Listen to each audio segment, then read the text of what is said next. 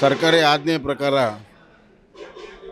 ಕಾರ್ಖಾನೆ ಮಾಲೀಕರ ಕರೆದು ಚರ್ಚೆ ಮಾಡಬೇಕು ಮತ್ತು ಏನು ಈಗಾಗಲೇ ಆಜ್ಞೆ ಆಗಿದೆ ಅದರ ಪಾಲನೆ ಆಗುವಂಗೆ ನೋಡ್ಕೊಳ್ಳುವಂಥದ್ದು ಸರ್ಕಾರದ ಕರ್ತವ್ಯ.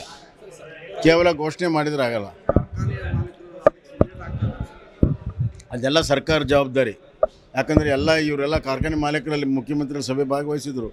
ಅವ್ರು ಇದ್ರಗಡೆ ಹೇಳಿದೆ ಅಂತ ಅವ್ರು ಹೇಳ್ತಾರೆ, ನಮ್ಗೆ ಆಗೋದಿಲ್ಲ ಅಂತ ಹೇಳಿದ್ದೀವಿ ಅಂತ ಇವ್ರು ಅಂತಾರೆ. ಮುಖ್ಯಮಂತ್ರಿಗಳು ಸ್ಪಷ್ಟನೆ ಕೊಡಬೇಕು ಅದಕ್ಕೆ. ಅವ್ರು ಏನು ಹೇಳಿದ್ದಾರೆ, ಅವ್ರೇನು ಒಪ್ಕೊಂಡಿದ್ದಾರೆ, ಬರೀ ಹೇಳಿದಾರೋ ಒಪ್ಪಿಸಿದಾರೋ? ಇಡೀ ದೇಶದಲ್ಲಿ ಕಬ್ಬು ಆಯಾತ್ ನಿರ್ಯಾತನ ಮಾಡಿರ್ತಾರೆ. ಆದರೆ ಈ ರಾಜ್ಯದಲ್ಲಿ ಒಂದು ಕಾನೂನು ಇದೆಯಲ್ಲ, SAP ಕಾನೂನಿದೆ. ನಮ್ಮ BJP ಅವರಿದ್ದಾಗ ನಾವು ಮಾಡಿದ್ದೇವೆ SAP ಕಾನೂನು. SAP ಕಾನೂನಲ್ಲಿ ಭಾಳ ಸ್ಪಷ್ಟವಾಗಿದೆ, ಸಕ್ಕರೆ ಮತ್ತು ಅದರ ಇತರ ಉತ್ಪನ್ನಗಳು ಅದಕ್ಕೆ ಬೇಕಾಗಿರುವಂಥ ಖರ್ಚು ಎಷ್ಟು, ಆಮೇಲೆ ಯಾವ ರೇಟಿಗೆ ಅದು ಮಾರಾಟ ಆಗ್ತದೆ, ಎಷ್ಟು ಲಾಭ ಆಗುತ್ತೆ, ಲಾಭದಲ್ಲಿ ರೈತರಿಗೆ ಎಷ್ಟು, ಕಾರ್ಖಾನೆಗೆ ಎಷ್ಟು, ಇದು ಸಂಪೂರ್ಣವಾದ ಫಾರ್ಮುಲಾ SAP ಕಾನೂನಲ್ಲಿದೆ. ಅದನ್ನು ತೆಗೆದು ನೋಡೋಗ್ತಾ ಇರಲಿಲ್ಲ ಮುಖ್ಯಮಂತ್ರಿ. ಒಂದು ರೀತಿಯಲ್ಲಿ ಕಾಜಿನಾಯ ಮಾಡೋಕ್ಕೆ ಹೋಗ್ತಾನೆ. ಕಾಜಿನಾಯ ಮಾಡೋಕ್ಕೆ ಮುಖ್ಯಮಂತ್ರಿನೇ ಬೇಕಾ? ಅಲ್ಲಿ ಬೆಳಗಾಂ DC 29 32 ಮಾಡಿದರು, ₹3 ಹೆಚ್ಚಿಗೆ ಮಾಡಿದರು. ಬೆಂಗಳೂರು ವಿಧಾನಸಭೆಯಲ್ಲಿ ಕೂತ್ಕೊಂಡು ಮುಖ್ಯಮಂತ್ರಿ ಏನು ಮಾಡಿದ್ರು, ₹50 ಹೆಚ್ಚಿಗೆ ಮಾಡಿದರು. ಬರೀ ₹50 ಅಂದರೆ ಜಿಲ್ಲಾಧಿಕಾರಿಗೆ ಇರುವಂಥ ಒಂದು ಬದ್ಧತೆ ಆಗಲಿ ಅಥವಾ ಅದನ್ನು ಒಪ್ಪಿಸುವಂಥ ಶಕ್ತಿ ಮುಖ್ಯಮಂತ್ರಿಗಿಲ್ವಾ? ಯಾರು ಪರವಾಗಿ ಕೆಲಸ ಮಾಡ್ತಿದ್ದಾರೆ?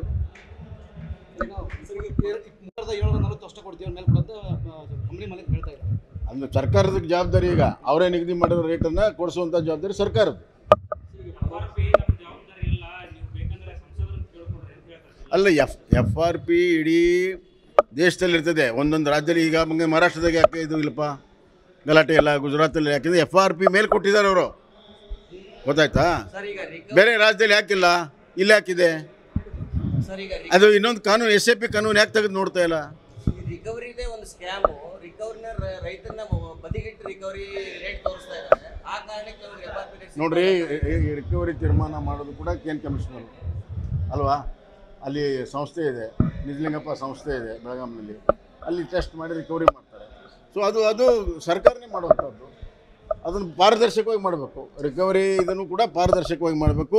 ತೂಕದಲ್ಲಿ ಅನ್ಯಾಗಿದೆ ಅಂತ ರೈತರು ಅವತ್ತಿಂದ ಹೇಳ್ತಾ ಇದ್ದಾರೆ, ಅದನ್ನು ಕೂಡ ಪಾರದರ್ಶಕವಾಗಿ ಮಾಡಬೇಕು. ಇದೆಲ್ಲ ರಾಜ್ಯ ಸರ್ಕಾರದ ಕರ್ತವ್ಯ.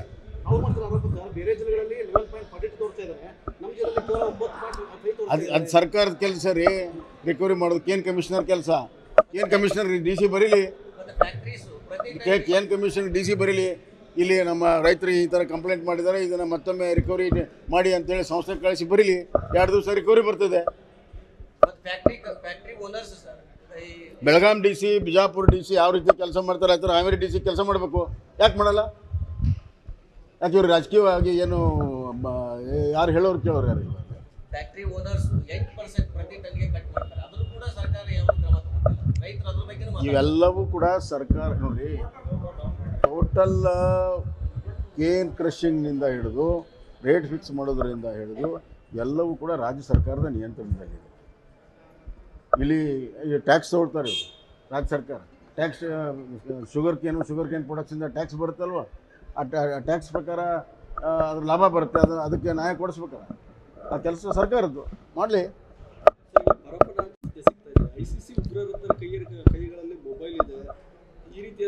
ನೋಡ್ರಿ, ನೀವು ಸರ್ಕಾರ ಹೆಂಗಿರುತ್ತೆ ಹಂಗೆ ಅಲ್ಲಿ ಒಳಗಡೆ ಎಲ್ಲ ನಡೀತದೆ, ಹೊರಗಡೆ ನಡೀತದೆ.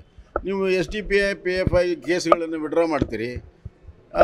ಭಾಳ ಪೊಲೀಸ್ ಸ್ಟೇಷನ್ ಅಟ್ಯಾಕ್ ಮಾಡಿದವ್ರಿಗೆ ನೀವು ಕೇಸ್ ವಿಡ್ರಾ ಮಾಡಿಬಿಟ್ರೆ ಏನು ಸಂದೇಶ ಕಳಿಸ್ತೀರಿ ನೀವು? ಅದಕ್ಕಾಗಿ ಅವ್ರಿಗೆ ಅಂಥವ್ರು ಪ್ರೋತ್ಸಾಹ ಸಿಗ್ತದೆ. ಪ್ಲಸ್ ಭ್ರಷ್ಟಾಚಾರ, ಇವೆರಡೂ ಸೇರಿ ಇವತ್ತು ಕೆಲಸ ಆಗ್ತಾಯಿದೆ. ಭ್ರಷ್ಟಾಚಾರ ಎಲ್ಲಿಲ್ಲ? ಜೈಲಿನಿಂದ ಹಿಡಿದು ವಿಧಾನಸಭೆ 3ನೇ ಮಾಡಿಯವ್ರಿಗೂ ಭ್ರಷ್ಟಾಚಾರ ಇದೆ.